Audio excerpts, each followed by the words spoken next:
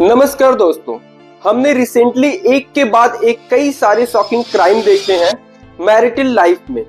कहीं वाइफ अपने लवर के साथ मिलकर हस्बैंड को मार देती है, तो कहीं पर हस्बैंड के द्वारा सुसाइड कर लिया जाता है कोर्ट केस से परेशान होकर। मानो एक वायरस सा फैल गया हो मैरिटल लाइफ में किलिंग और सुसाइड को लेकर। बेंगलुरु में 34 साल के अतुल सुभाष द्वारा सुसाइड कर लिया जाता है। रीजन, उनकी वाइफ और इन लॉज उन्हें फॉल्स कोर्ट केस में फंसा रहे होते हैं। 2022 में यूपी के गाजियाबाद से बड़ी ही एक अनोखी घटना निकलकर सामने आती है। जब एक लड़की डेड बॉडी को सूटकेस में ले जा रही होती है, तो उसने यूपी पुलिस से ही लिफ्ट मांगा था। बाद में पुलिस को उस पर शक होता है और उसे गिरफ्तार कर लिया जाता है। मुस्कान रस्तोगी और साहिल शुक्ला के केस को आज देश भर में हर कोई जानता है, जहां पर मुस्कान रस्तोगी अपने बॉयफ्रेंड साहिल शुक्ला के साथ मिलकर अपने हस्बैंड को मार देती है और उसे एक ड्रम में जमा देती है सीमेंट से।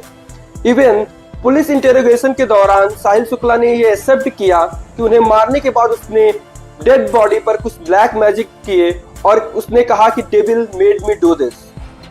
Even according to some reports, India में हर 32 घंटे में एक वाइफ के द्वारा अपने हस्बैंड को मारा जा रहा है। पर ऐसा क्या सिर्फ मेंस के अगेंस्ट ही हो रहा है? तो ऐसा बिल्कुल नहीं है। हमने बहुत सारे ऐसे केस देखे हैं जहां पर वाइफ को मारकर फ्रिज में भर दिया जाता है तो कहीं पर फेंक दिया जाता है। वुमेन्स इसकी विक्टिम हमेशा से रही हैं। आए दिन क्राइम्स बढ़ते जा रहे हैं, पर ऐसा नहीं है। ये सारी चीजें हमारे शास्त्रों में मेंशन नहीं है।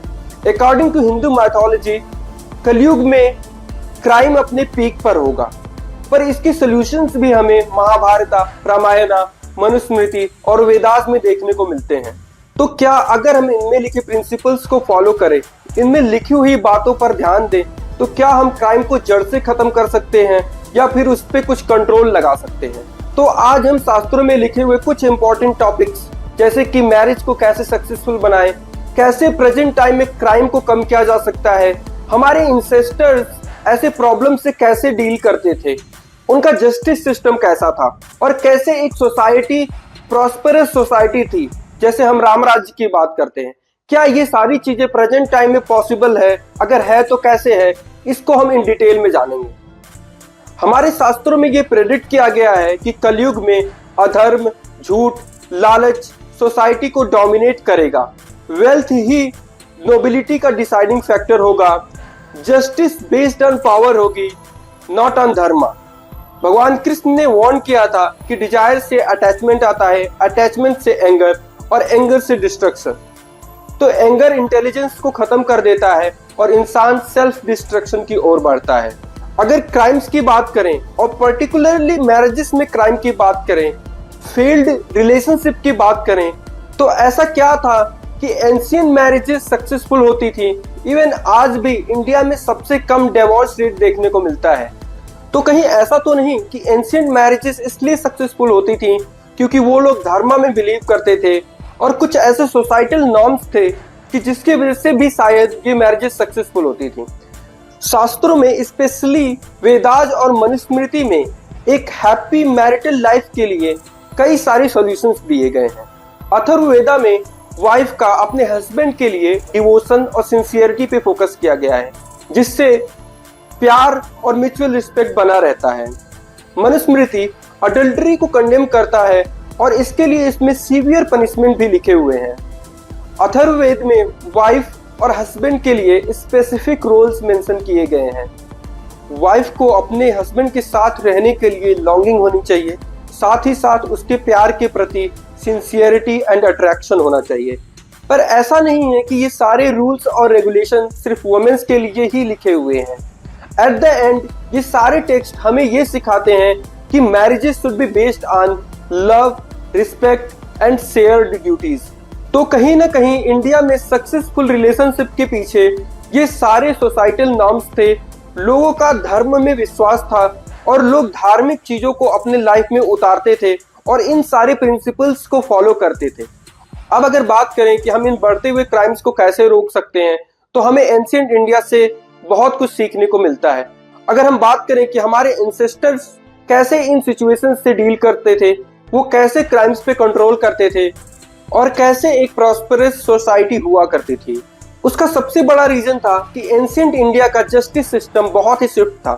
आपने कई सारी मूवीज और इमेजेस में देखा होगा कि एक राजा का दरबार हुआ करता था जहां पर कल्प्रिट को लाया जाता था और जस्टिस इमीडिएट होता था, जो भी राजा डिसाइड करता था। But justice was based on dharma, जिससे लोग डरा करते थे कि वे अगर कोई क्राइम करते हैं तो उन्हें इमीडिएटली सजा दी जाएगी। इवन कुछ हीनियस क्राइम के लिए बहुत ही अजीबो गरीबो सजा हुआ करती थी, जैसे कि हाथ काट देना या फिर पैर काट देना। तो आज के जस्टिस सिस्टम में रिफॉर्म करने की जरूरत है, जो कि तेज और स्ट्रिक्ट हो। दूसरी सबसे बड़ी चीज जिससे हम क्राइम पे कंट्रोल कर सकते हैं वो है कि हम गुरुकुल सिस्टम को अडॉप्ट करें इन करंट एजुकेशन सिस्टम, जहां पर योगा, सेल्फ कंट्रोल करिकुलम का पार्ट होना चाहिए। बच्चों को मोरल एजुकेशन देना चाहिए। कहीं पेरेंट्स को भी बच्चों को धार्मिक एजुकेशन देने की जरूरत है।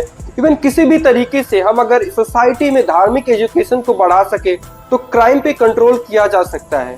क्योंकि पहले के लोग कर्मा से डरते थे। उन्हें पता था कि अगर वो कुछ गलत करते हैं, कोई क्राइम करेंगे, तो उन्हें सिर्फ इस जीवन में नहीं बल्कि अगले जन्मों में उसके लिए कड़ी सजा भुगतनी पड़ेगी। कोई मर्डर करता है तो उसे उतना ही सफर करना होगा जितना उसने दूसरों को सफर करवाया है। पर कहीं ना कहीं ये डर आज के टाइम में पूरी तरह से खत्म हो चुका है, क्योंकि लोगों को लगता है कि वो जस्टिस सिस्टम से बड़े आसानी से बच निकलेंगे। तभी कहीं पर डेड बॉडी को फ्रिज में रखा जाता है, कहीं पर सूटकेस में भरकर फेंकने की कोशिश की जाती है, कहीं पर ड्रम में भर दिया जाता है, क्योंकि उन्हें लगता है कि वो लोगों को बेवकूफ बना लेंगे, वो पुलिस को बेवकूफ बना लेंगे, वो जस्टिस सिस्टम से बच निकलेंगे। पर कर्मा से कोई नहीं बच सकता, ये लोगों को समझना होगा। सनातन धर्म के प्रिंसिपल्स आज भी उतने ही रेलेवेंट हैं जितना वे हजारों साल पहले थे। तो आपको क्या लगता है, अगर हम धार्मिक एजुकेशन को रीइंट्रोड्यूस करें, सेल्फ डिसिप्लिन को प्रैक्टिस करें और अपने जस्टिस सिस्टम को स्ट्रांग बनाएं, तो कहीं ना कहीं इन क्राइम्स पर हम ब्रेक लगा सकते हैं या फिर कम कर सकते हैं। तो आपके क्या थॉट्स हैं, हमें कमेंट बॉक्स में जरूर बताइएगा। और भी ऐसी वीडियोस देखने के लिए please like, share and subscribe. Thank you.